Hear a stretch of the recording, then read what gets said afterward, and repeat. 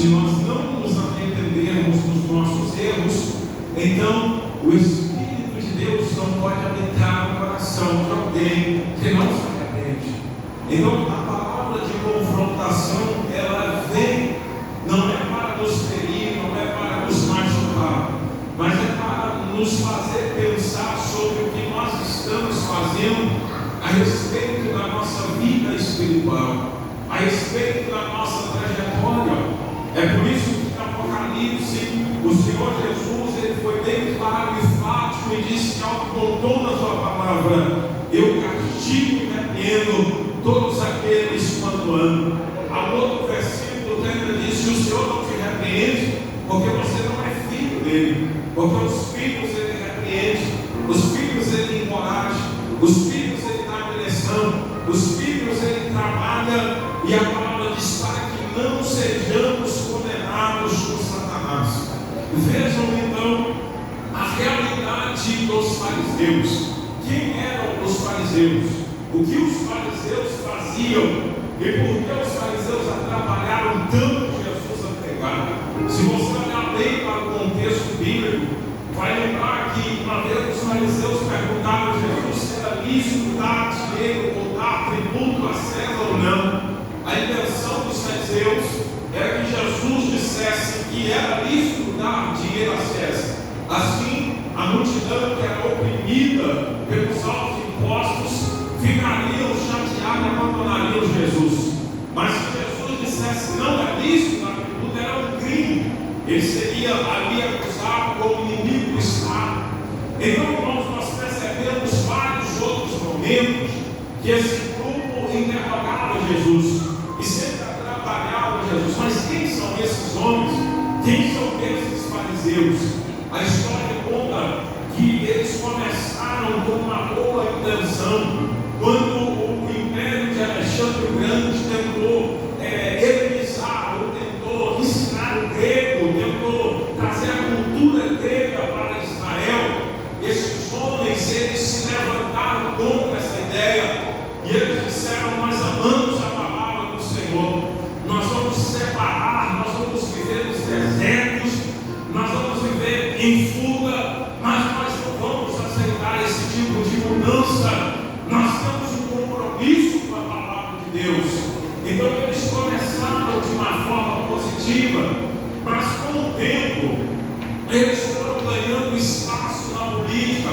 Com o tempo eles foram ganhando um carisma do povo, e quando eles pegaram o apoio do povo, com a palavra que eles liberavam para o povo se tornou uma lei, então os imperadores agora se tornaram amigos deles e começaram a dar dinheiro para eles. Então eles se corromperam, eles começaram com um propósito bom, mas de repente pelo caminho eles se desviaram.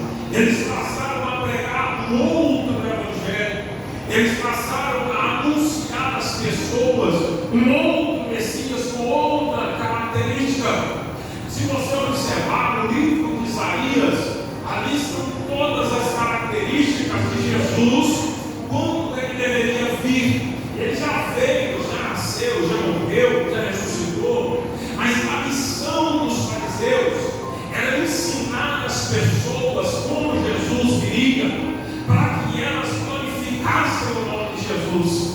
A missão dos fariseus era ensinar ao povo que Jesus viria como um servo sofredor, como alguém que alguém olharia para ele e não teria beleza alguma para desejar. A missão do fariseu era subir no púlpito, porque eles pregavam, era semelhante à sinagoga, era semelhante à igreja. A missão deles era subir no púlpito e dizer: olha, ele será homem de todos, experimentar o trabalho. A missão deles era mostrar que Jesus viria, ele encarnaria como homem na terra, e ele abriria mão da sua glória.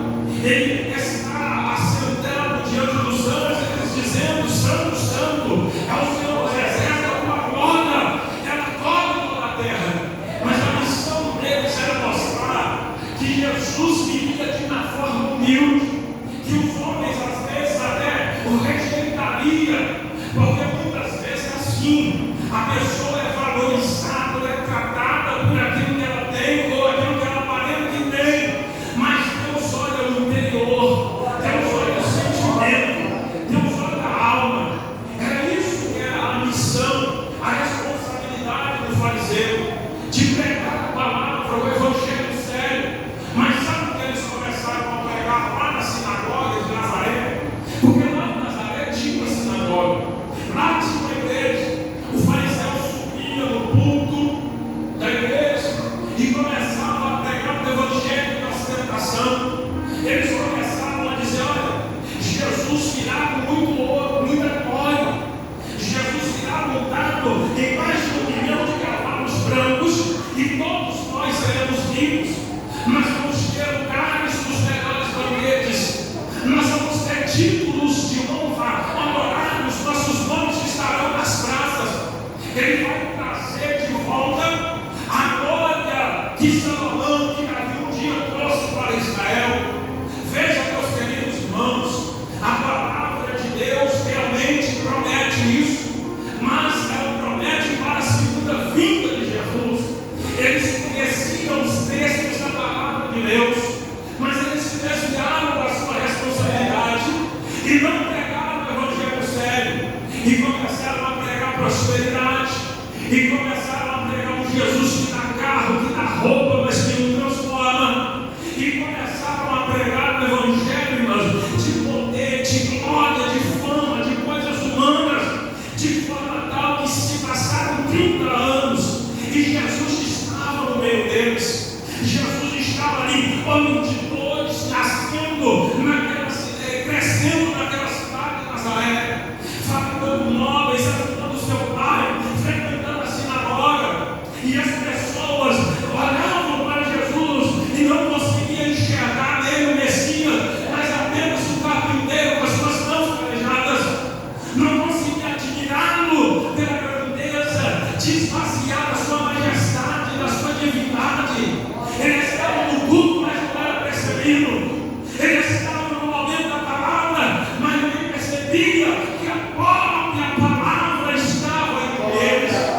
Aí chega um momento, porque a vida de Jesus nos ensina o seguinte: que nós temos um tempo de chamado, nós temos um tempo de preparação, e nós temos um tempo que Deus nos levanta para executar algo para Ele. Porque Jesus foi chamado para uma obra pelo seu Pai, para glorificar o Pai, para pagar um preço por nós, para nos libertar do pecado, para hoje a gente poder levantar a mão e dizer: eu estou livre, eu estou livre da presença de Deus. Mas vejam, queridos irmãos, que Ele estava entre eles. O tempo do chamado do Pai, Ele desce, Ele é obediente até a morte de cruz. Ele desce e agora Ele vive um momento da preparação. São 30 anos de preparação. Será quanto tempo você está esperando um milagre na sua vida? Não aconteceu, mas o Espírito Santo está dizendo: há um tempo de prometer, há um tempo de preparar, mas prepara. Está chegando o tempo de execução do milagre. Aleluia! Deus vai cumprir promessas na sua vida. Quando chega o tempo de Deus cumprir, quando chega o tempo da execução do chamado, era mais um culto Nazaré, era mais um culto da sinagoga, e de repente Jesus se levanta e alguém dá para ele a oportunidade, e ele abre a Bíblia e diz: hoje, segundo o que está escrito no livro do profeta Isaías, o Espírito do Senhor, o Espírito do Senhor está sobre mim, e darei vista aos cegos, os aleijados andarão, a palavra será pregada aos pobres e humildes. Deveria ser um momento de maior expectativa, deveria ser um momento de maior alegria e maior celebração, mas o problema é que os fariseus ensinaram outro evangelho. O problema é que os fariseus não ensinaram a realidade da palavra, e as pessoas ali pegaram pedras para apedrejar o Senhor Jesus. Ele estava entre os seus vizinhos, e as pessoas diziam: não pode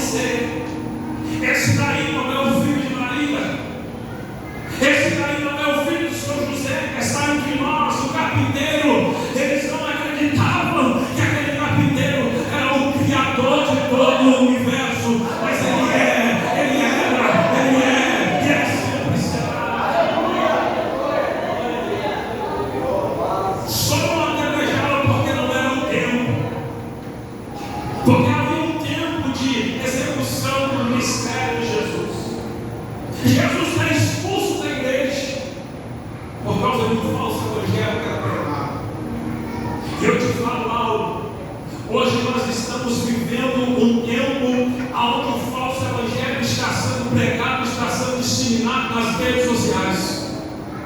Tem muitas pessoas que vêm para a igreja para debater com o pastor, debater com o professor, com o espírito de contenda dentro da igreja, porque estão aprendendo teologia falsa na internet, com pessoas que nem acreditam no Espírito Santo de Deus, com pessoas que não têm nem unção de Deus, e eles batem no peito e dizem: o doutor fulano de tal, em teologia é minha referência, mas a minha referência é quem abriu a igreja para mim entrar. A minha referência é o meu pastor que me atende quando eu preciso que ele estenda a mão sobre mim. A minha referência é quem limpou a igreja para nós sentarmos aqui nesta noite. As nossas referências têm que estar entre nós e não na internet.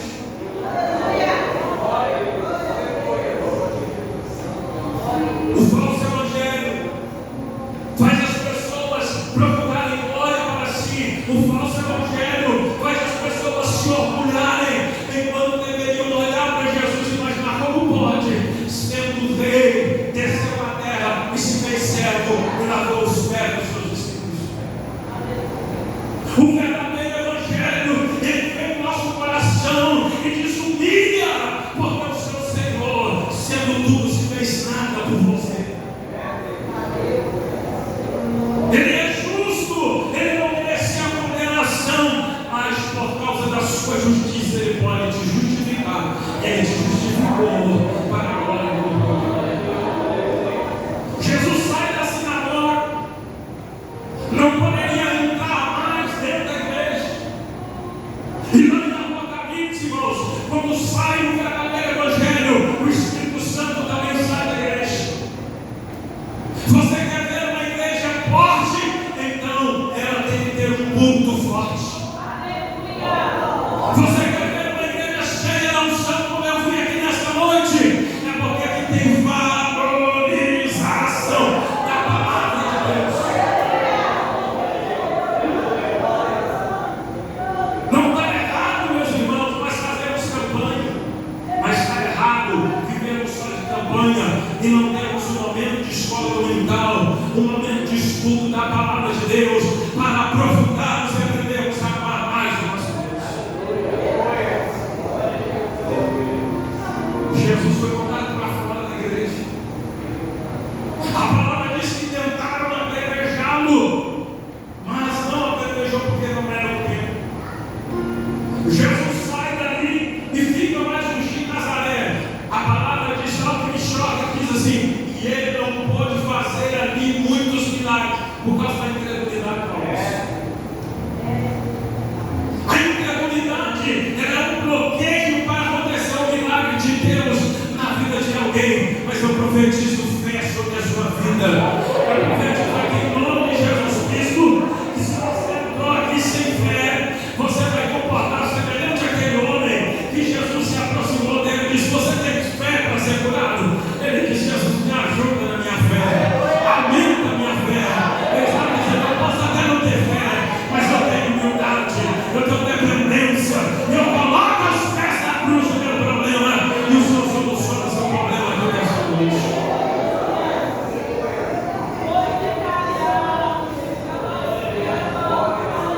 Jesus sai da sinagoga, e Jesus é expulso da igreja. Primeiro lugar, Jesus é expulso da igreja. Segundo lugar, os seus próprios discípulos não criam medo.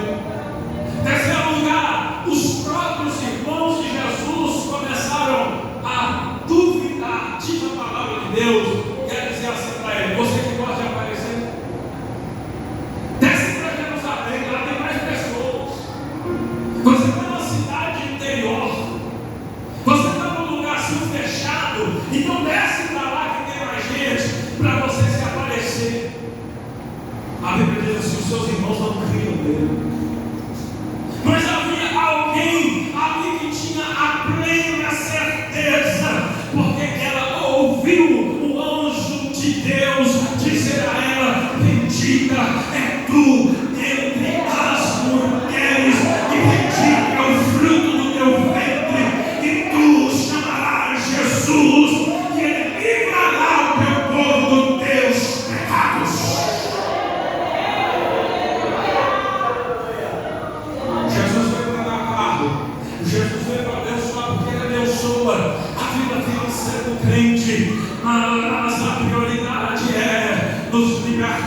do pecado, para que possamos dizer: nós somos livres. Nós somos livres para adorá-lo nesta noite.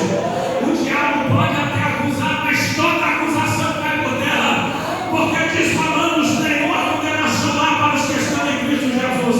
São novas criaturas no presente.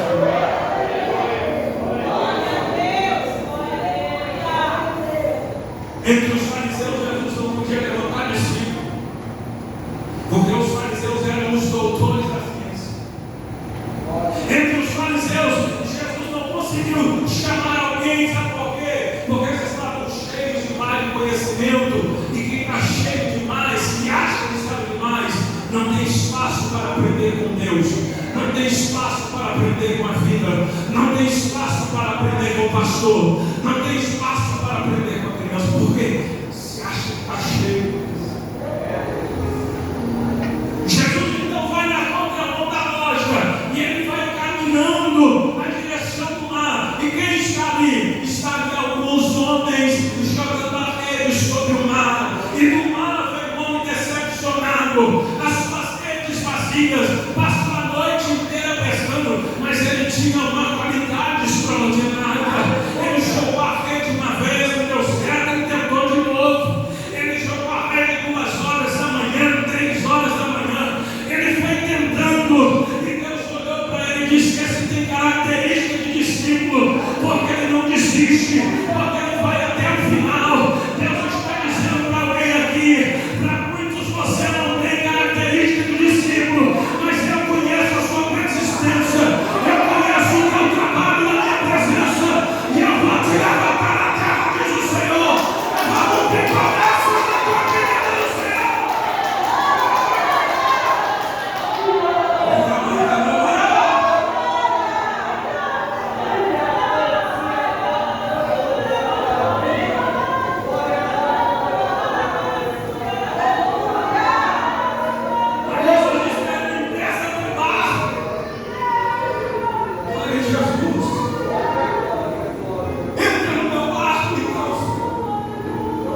Quando Jesus começa a pregar o verdadeiro evangelho dentro do barco de Pedro, as multidões se ajuntam. 40 dias de jejum, diz a palavra de Deus, e oração no deserto. Quando os discípulos se reúnem, eles ficaram maravilhados com a palavra do rei, com o poder do rei. Quem entrava no culto de Jesus, carregado numa cama, saía glorificando o Pai. Quem entrava no culto de Jesus cego, andava e dizia: agora eu posso ver a luz que ilumina o mundo.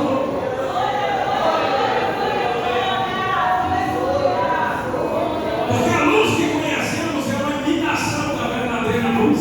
Ele é a verdadeira luz que ilumina o mundo todo.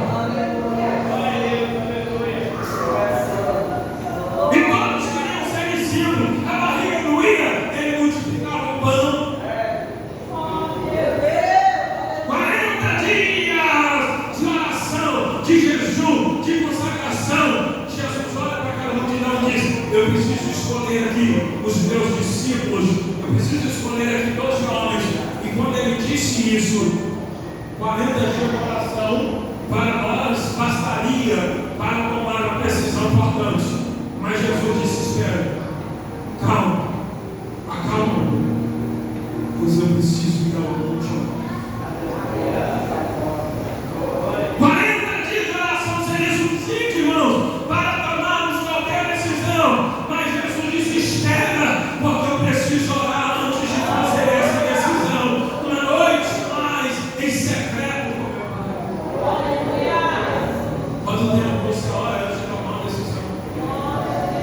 Você parou de orar antes de tomar uma decisão? Quando Jesus desce no monte, as pessoas na expectativa de quem seriam os seus 12 discípulos, então ele começa a chamar Tiago, ele começa a chamar Pedro, ele começa a chamar André, ele começa a chamar João, pessoas que não sabiam ler direito, não sabiam escrever, pessoas incultas daquela sociedade, não eram milionários, não eram ricos, mas aqueles homens abandonaram seus barcos, abandonaram sua pesca, abandonaram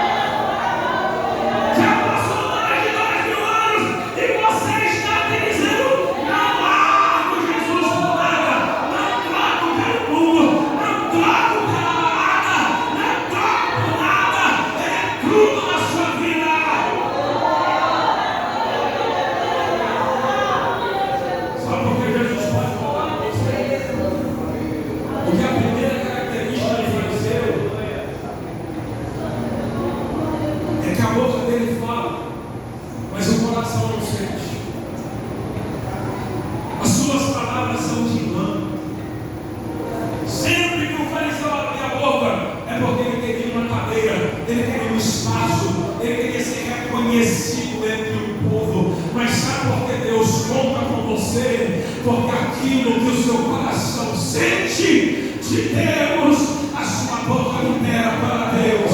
Oh, glória, a sua palavra é sim, sim ou não, porque você tem compromisso. Eu quero começar.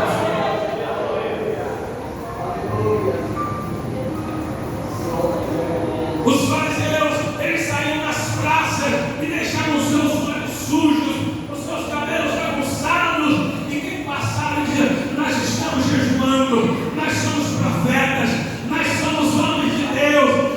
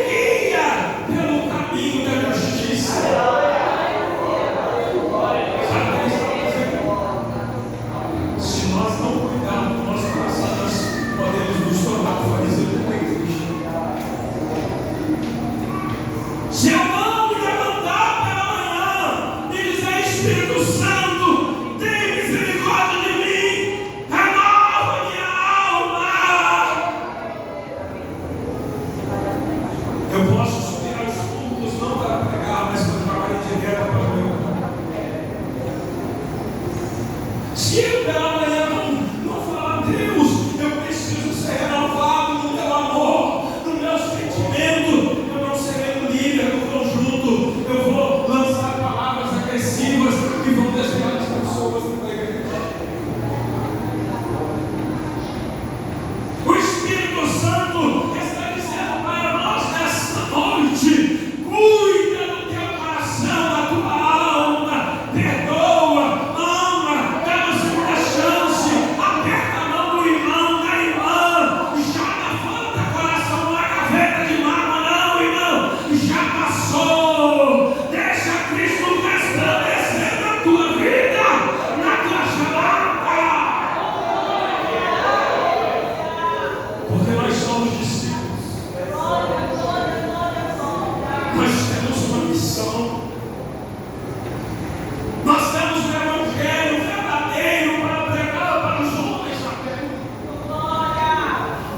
Estamos vivendo um momento, irmãos, onde o pecado lá fora está se tornando algo relativo.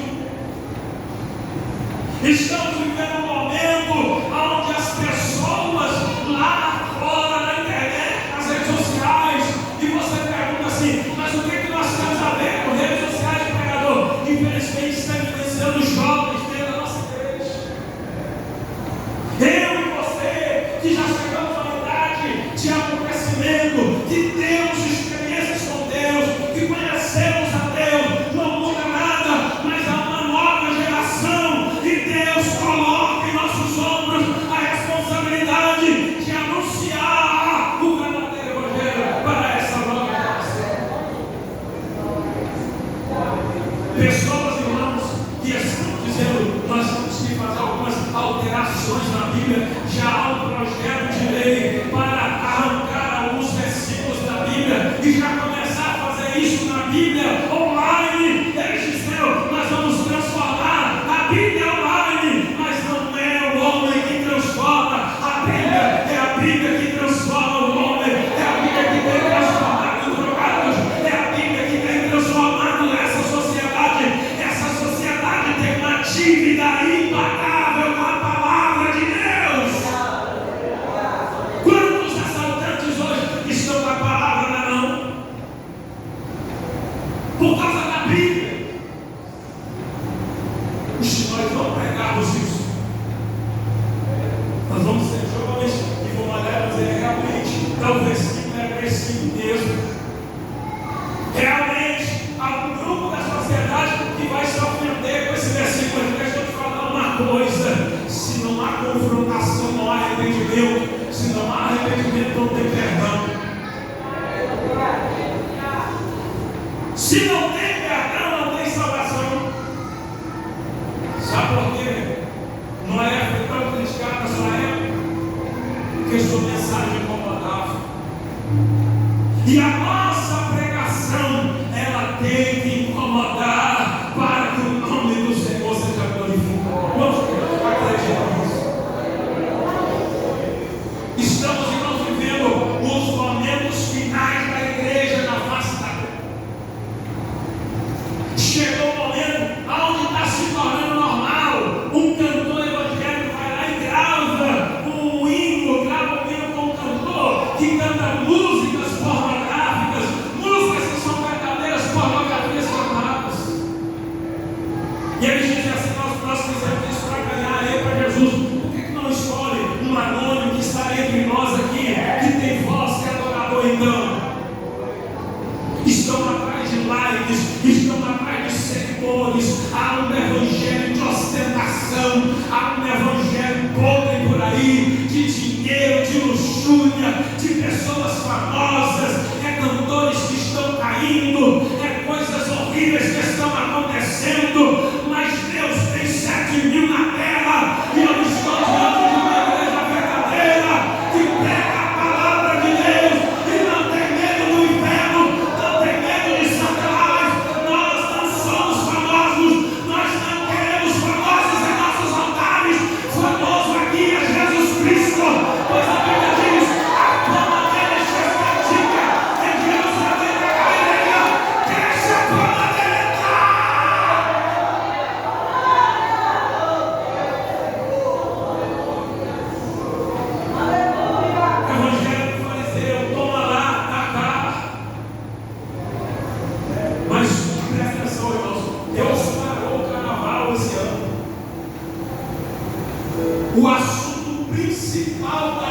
sociais, está sendo um arrebatamento. E se você observar, os pregadores mais famosos dessa nação não pregam sobre o arrebatamento. Nós estamos cheios de psicólogos na internet. Não estou dizendo que é errado, não, irmãos. O psicólogo tem a sua profissão, a sua formação e ajuda muitas pessoas. Ciência também é algo que Deus revelou ao homem. Mas escuta aqui, está tendo muitas pessoas aí na internet só com frase perfeita, com frase bonita, não fala sobre arrebatamento. Então Deus parou a Bahia nesse momento e o mundo inteiro está dizendo: Jesus está voltando, Jesus está voltando, Jesus está voltando. Prepara a igreja!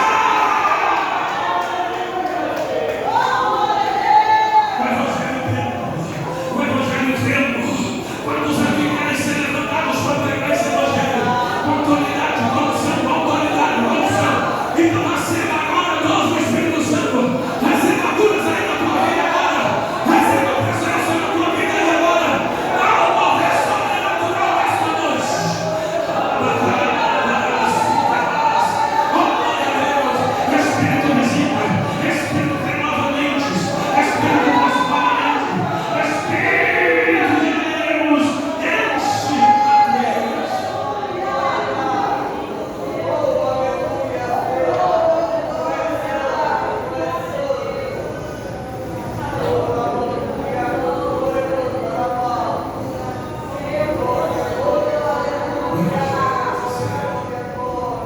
Tentaram fazer Jesus rei 2 vezes. Jesus fugiu e disse: não é chegado o meu tempo. A minha coroa primeira não é de ouro, não é de prata, mas é de espinhos para redimir a humanidade.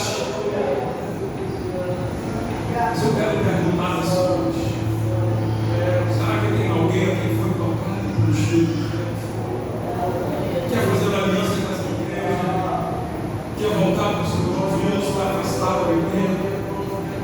Está sentindo vazio, no coração terrível? Chegou aqui hoje, sentiu saudade do tempo que você falava em mistério, cantava na presença.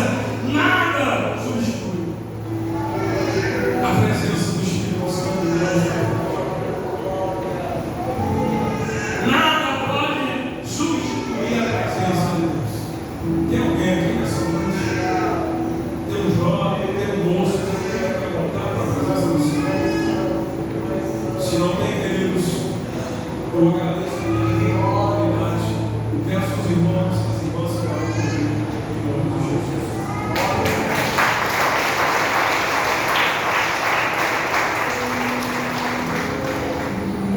Glória a Deus.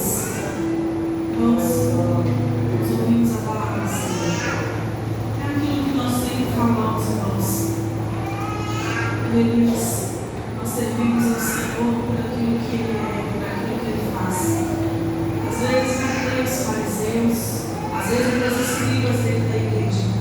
Mas o Jesus, Ele, quando estava ali com seus discípulos, dando as últimas orientações, aleluia, o discípulo João, ele escreveu que ele disse assim: olha, não se turbe o vosso coração. Aleluia, credes em Deus, palavras são as credes em mim. E há um detalhe, há uma morada, na casa do meu pai há muitas moradas. Aleluia, e ele fala assim: olha, se eu não te falasse isso, aleluia, na casa do meu pai há muitas moradas. Aleluia, e eu vou para o Pai, mas eu vou voltar. Eu vou construir mais moradas novas. Aleluia, quando Ele fala para você não turbar o seu coração. Aleluia, Ele está dizendo: venha a mim. Aleluia, porque eu posso aliviar a farda que está sobre você. Aleluia, venha a mim, não importa o que esteja acontecendo, eu posso aliviar aquilo que está incomodando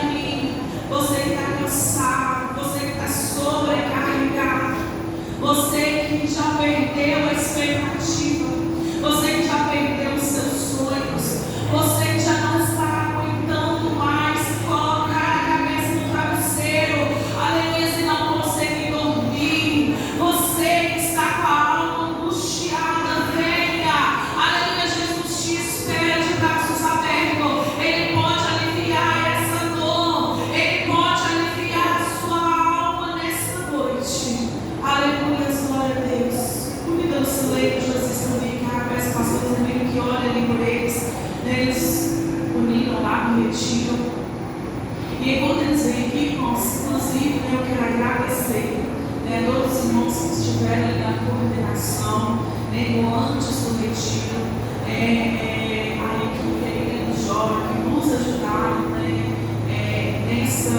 nessa parte da organização, as irmãs e os irmãos que estiveram lá e que ajudaram em todos os dias, em todas as atividades que tiveram ali.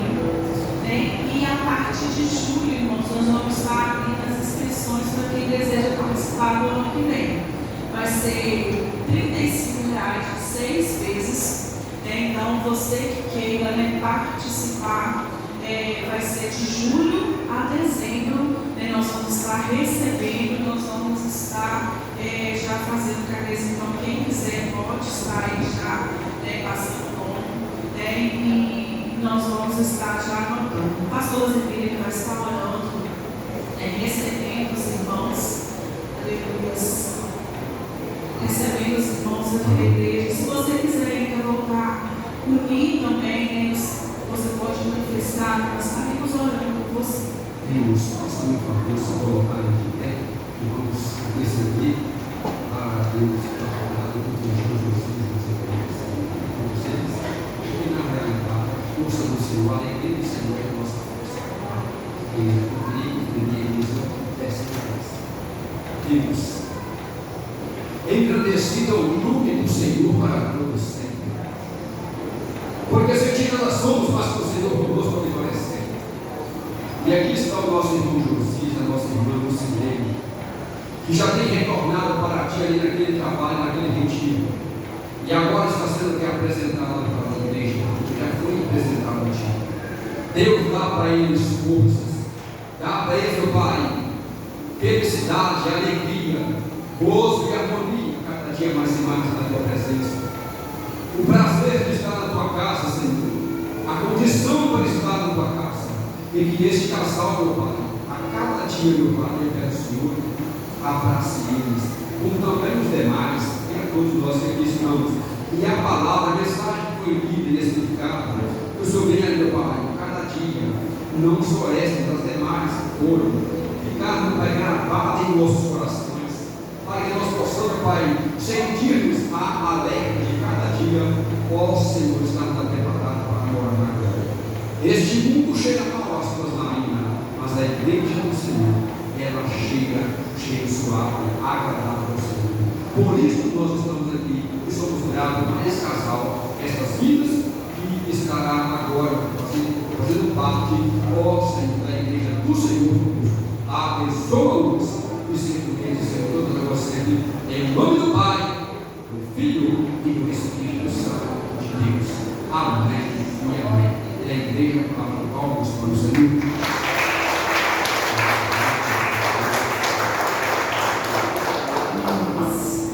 Amanhã, irmãos, nós temos oração, 7h30 da manhã, aqui no templo. Na sexta-feira, nós temos o estudo bíblico, convido todos que quiserem participar, principalmente as irmãs. Eu convido todos para estarem aqui, nós estamos aprendendo juntos, sexta-feira, 19h30.